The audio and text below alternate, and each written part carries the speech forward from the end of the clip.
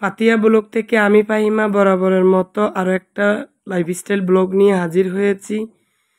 কেমন আছেন আমার প্রিয় আপু, ভাইয়া, আন্টি ও সোনামণিরা? আশা রাখছি অনেক বেশি ভালো আছেন, সুস্থ আছেন। আর আপনাদের দোয়ায় আমি আমার পরিবারের সকল সদস্য নিয়ে আলহামদুলিল্লাহ অনেক বেশি ভালো আছি। তো অনেক দিন হয়েছে আপনাদের মাঝে ভিডিও আপলোড দেই না, তো আজকে 2 দিনের ভিডিও নিয়ে একটা ভিডিও সাজাইছি। আশা রাখছি ভিডিওটি অনেক বেশি ভালো লাগবে। আর সবাই ভিডিওটি শেষ পর্যন্ত দেখে আমাকে ফুললি সাপোর্ট করবেন। তো আমি রাত থেকে ভিডিওটা শুরু করেছি, তা আপনাদের সাথে দারুণ দারুণ গিফট শেয়ার করব। তো যারা আমার ভিডিও সবসময় দেখেন তারা তো জানেন আমার জামাই কলেজে চাকরি করে, তার পাশাপাশি উনি কীটনাশকের ব্যবসা করেন। তো বিভিন্ন কোম্পানি থেকে ওষুধ যখন উনি বিক্রি করেন তখন কিন্তু ওনাকে স্পন্সর দেয়, মানে গিফট দেয়। মানে যে ওষুধ বেশি বিক্রি করে সেই কোম্পানি থেকে বেশি গিফট পায়। তো আমি 2টা বিছানা চাদর পেয়েছি একটা কোম্পানি থেকে, তো অনেকগুলো গিফট পেয়েছি। তো সবাই শেষ পর্যন্ত দেখলে গিফটগুলো আপনাদের মাঝে শেয়ার করতে পারবো আর আপনারা দেখে উপভোগ করতে পারবেন। তো খুব সুন্দর একটা বিছানা চাদর পেয়েছি, এক পুলের 2টা কাভার, একটা বিছানা চাদর, তো কিং সাইজের। তো বিছানা চাদরটা দেখতে খুবই ভালো লাগে, কারণ আমার এই কালার তেমন একটা বিছানা চাদর নেই। আর আরেকটা কোম্পানি থেকে বিছানা চাদর পেয়েছি, তো সেটা এখনও হাতে এসে পৌঁছায় নাই। যখন পাবো তখন আপনাদের সাথে নিশ্চয়ই শেয়ার করব। আর এখন হচ্ছে আরেকটা কোম্পানি থেকে আমি মিনি রাইস কুকার পেয়েছি, 1.8 মানে লিটার। তো যাই হোক, এখানে প্রায় হাফ কেজির মানে 700 গ্রাম চাল ধরবে। তা আমার কিন্তু অনেক বেশি উপকার হয়েছে। মাঝে মধ্যে যখন আমার রান্নার প্রয়োজন হয় অল্প কিছু পরিমাণে ভাত, তখন আমি এই রাইস কুকারে রান্না করতে পারবো। তা আমার বাসায় কিন্তু রাইস কুকার নাই, তার জন্য কিন্তু আমি এই রাইস কুকারটা আমার অনেক বেশি প্রয়োজন মনে করেছি। তো খুবই সুন্দর। তো এগুলা ইনতেপা কোম্পানির, মানে এসকেবি, আমার মনে নাই সঠিকটা, তারপরও ইনতেপা কোম্পানির। তো এই কোম্পানিটা খুবই ভালো। তো এই তো এই রাইস কুকারটা কিন্তু আমার খুবই পছন্দ হয়েছে, স্মল সাইজের, দেখতে মাশাল্লাহ অনেক কিউট। তো যাই হোক, আমি আমার কিচেন অর্গানাইজার ভিডিওতে এই জিনিসগুলো দিয়ে সাজিয়ে আপনাদের সাথে শেয়ার করব, কিচেনটা খুব সুন্দরভাবে সাজিয়ে। তো যে বা যারা ভিডিওটির সাথে পর্যন্ত আছেন প্লিজ ছোট্ট একটা লাইক দিয়ে ভিডিওটি কন্টিনিউ করবেন। আপনার একটা লাইক আমার কাছে অনেক বেশি মূল্যবান। আমার এই ভিডিওটা আপনার মতো অনেক প্রিয় আপু ভাইয়াদের কাছে পৌঁছতে সাহায্য করবে। আর যারা অলরেডি এই কাজটি করে দিয়েছেন তাদের সবার প্রতি রয়েছে অনেক বেশি ভালোবাসা ও আন্তরিক অভিনন্দন। আর এই যে দেখতে পেয়েছেন তাও কিউট একটা প্রেশার কুকার, এটা হচ্ছে 4.5 লিটারের। তাও আমার খুবই বেশি প্রয়োজন, কারণ আমার বাসায় একটা মানে প্রেশার কুকার আছে, সেটা তেমন একটা ভালো না। তার জন্য এই প্রেশার কুকারটা আমার অনেক বেশি প্রয়োজন। অনেকগুলো মালে পেয়েছি। তো এখন হচ্ছে স্টার কোম্পানির একটা ডিনার সেট পেয়েছি 32 পিসের, এটা আমার আরও বেশি পছন্দ হয়েছে। তো আমি প্লেট, ফ্রিজ এবং কাপগুলো আপনাদের সাথে শেয়ার করব। তা আমার এই ডিনার সেটটা সবচেয়ে বেশি পছন্দ হয়েছে সবগুলো জিনিসের ভিতরে। ও হ্যাঁ, আমি আমার হাজব্যান্ডের জন্য লুঙ্গিও পেয়েছি। তো ওরা কিন্তু মানে অনেক কিছুই গিফট করে, শার্ট, প্যান্টের পিস, লুঙ্গি, বিছানা চাদর। তো মাশাল্লাহ আরও 2টা গিফট পেয়েছি, সেগুলো এখনও হাতে এসে পৌঁছায় নেই, হটপট। তো যাই হোক, অনেক মালে পেয়েছি, তো অনেক বেশি খুশি হয়েছি মালগুলো পাওয়ার কারণে।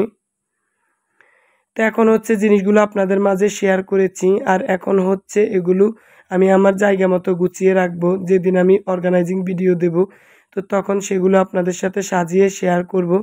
তো যারা ফার্স্ট টাইম আমার চ্যানেলে ভিজিট করছেন, যদি আমার লাইফস্টাইল ব্লগের কোনো অংশ আপনাদের দেখতে ভালো লাগে তাহলে প্লিজ চ্যানেলটা সাবস্ক্রাইব করে দিবেন। আর যদি এই ধরনের ব্লগ ভিডিও আরও দেখতে চান তাহলে পাশে থাকা বেল বাটনের অল অপশনটা অন করে রাখবেন। এতে করে আমি যখন কোনো ভিডিও আপলোড করব তখন আপনার ফোনে নোটিফিকেশন চলে যাবে আর আপনি সময় সুযোগ করে দেখে নিতে পারবেন।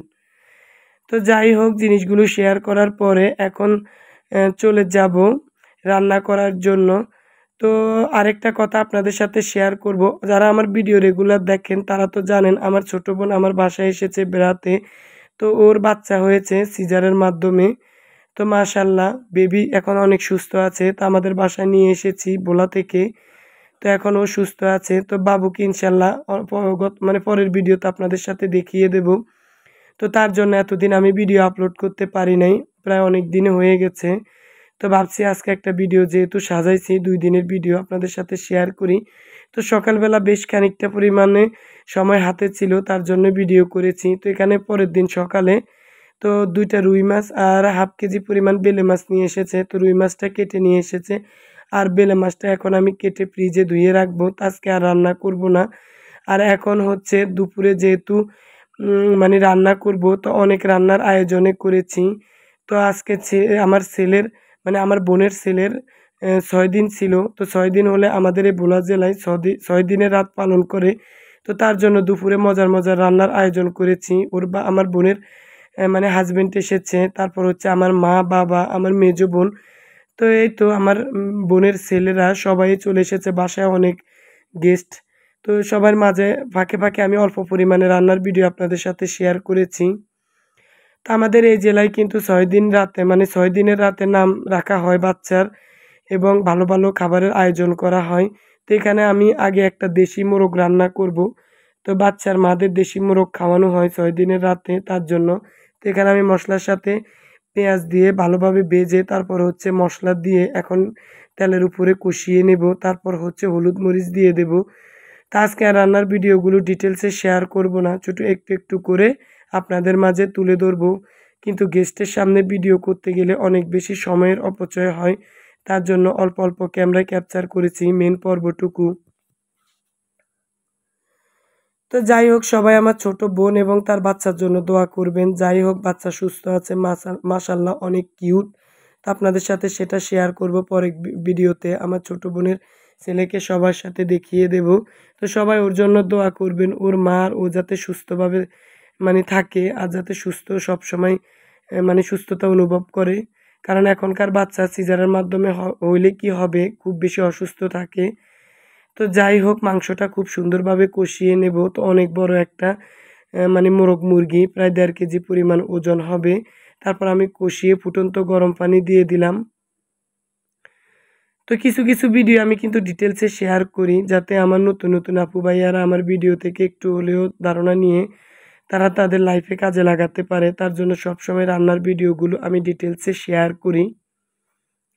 তো এই তো ফুটন্ত গরম পানি দিয়ে দিয়েছি, এই পানির ভিতরে কিন্তু মাংসটা খুব সুন্দরভাবে সেদ্ধ হয়ে যাবে।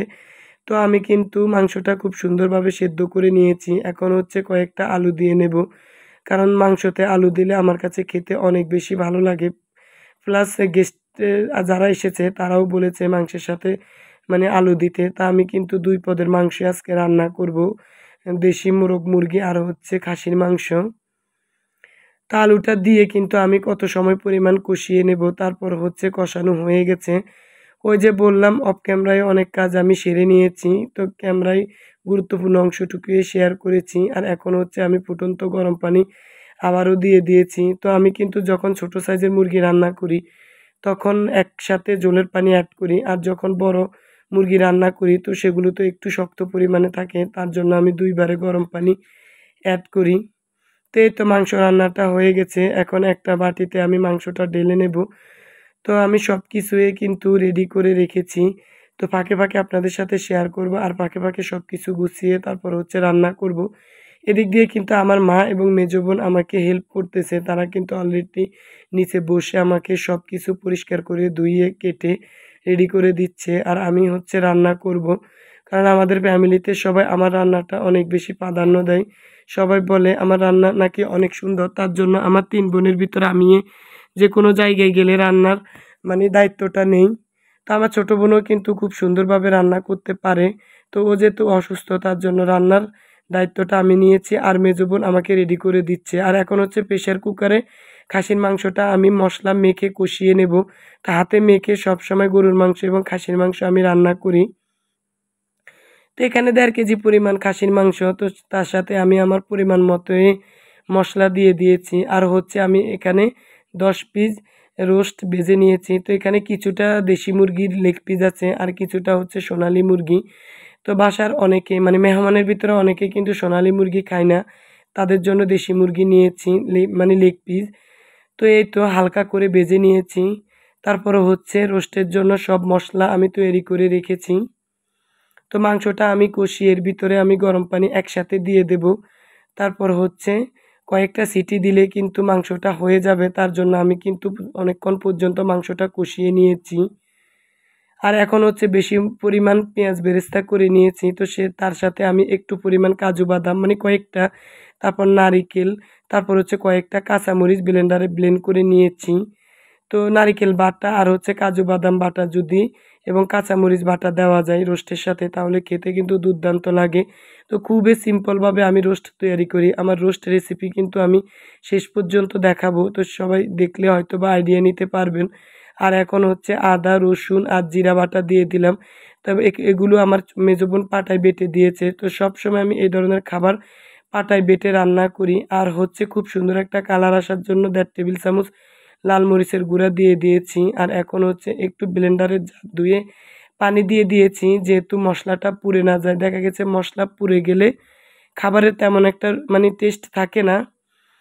তো মশলাটা খুব সুন্দরভাবে ভেজে নিয়েছি, খুব সুন্দর একটা সেন্ট বের হয়েছে। আর এখন হচ্ছে 2 টুকরা করে গরম মশলা দিয়ে দিয়েছি আর ভেজে রাখা চিকেনগুলোও দিয়ে দিয়েছি। তবে আমি 2টা পাও দিয়ে দিয়েছি মুরগির। আমার ছেলে কিন্তু রোস্টের ভিতরে মুরগির পা দিলে খেতে অনেক বেশি পছন্দ করে, তার জন্য আমি 2টা না প্রায় 3-4টা মুরগির পা এবং পাক দিয়েছি। তো প্লিজ আপনারা এই অংশটুকু একটু ইগনোর করবেন, কেউ কিছু মনে করবেন না। আর এখন হচ্ছে আমি 1 কাপ পরিমাণ টক দই দিয়ে দিয়েছি। তো এই টক দই আমি বাসায় তৈরি করেছি গুঁড়ো দুধ আর ভ্যানিলা সরি সিরকা দিয়ে। তো এই তো তারপর হচ্ছে আমি এখানে রোস্টের মশলা দিয়ে দিব 2 টেবিল চামচ, যেহেতু এখানে 10 পিস রোস্ট নিয়েছি, তো 2 টেবিল চামচ রোস্টের মশলা ইউজ করব। তো চাইলে এখানে এখানে আপনারা রোস্টের মশলা বাড়িয়েও দিতে পারেন, তবে আমি রোস্টের মশলাটা একটু রোস্টের সাথে কমই ইউজ করি, কারণ আমার কাছে কেমন জানি একটা গন্ধ আসে। তো ফ্রেশ মশলা দিয়ে রোস্ট করলে কিন্তু খেতে একেবারে দুর্দান্ত লাগে। তো খুব সুন্দরভাবে আমি মশলার সাথে রোস্ট একেবারে ভাজা ভাজা করে নেব, মানে খুব সুন্দরভাবে কষিয়ে নেব। তো যে কোনো জিনিস কষালে কিন্তু খেতে বেশি দুর্দান্ত লাগে। তো আমি অল্প পরিমাণে পানি দিয়ে সেদ্ধ করে নিয়েছি, যেহেতু অনেকটাই ভেজে নেওয়ার সময় সেদ্ধ হয়ে গেছে। আর এখন 1/2 কেজি পরিমাণ দুধ ঘন করে জাল করে নিয়েছি। তো আমার রোস্ট একেবারে হয়ে গেছে। তো আমি ওই যে বললাম গুরুত্বপূর্ণ অংশটুকুই ক্যামেরায় ক্যাপচার করেছি। আমি কিন্তু অফ ক্যামেরায় মানে চিনিও দিয়ে নিয়েছি। তো এটা হচ্ছে জাল মিষ্টি রোস্ট। তো এই রোস্টটা খেতে একেবারে দুর্দান্ত লাগে। তো চিনি দেওয়াটা স্কিপ হয়ে গেছে। আর হচ্ছে অফ ক্যামেরায় 1.5 কেজি পরিমাণ পোলাও তৈরি করে নিয়েছি। ওই যে বললাম মেহমানের সামনে কিন্তু ক্যামেরা তেমন একটা করা যায় না, মানে সময়ের অপচয় হয়। তো অল্প অল্প ক্যামেরায় ক্যাপচার করেছি। আর এখন হচ্ছে আপনাদের মাঝে সব কিছু শেয়ার করব।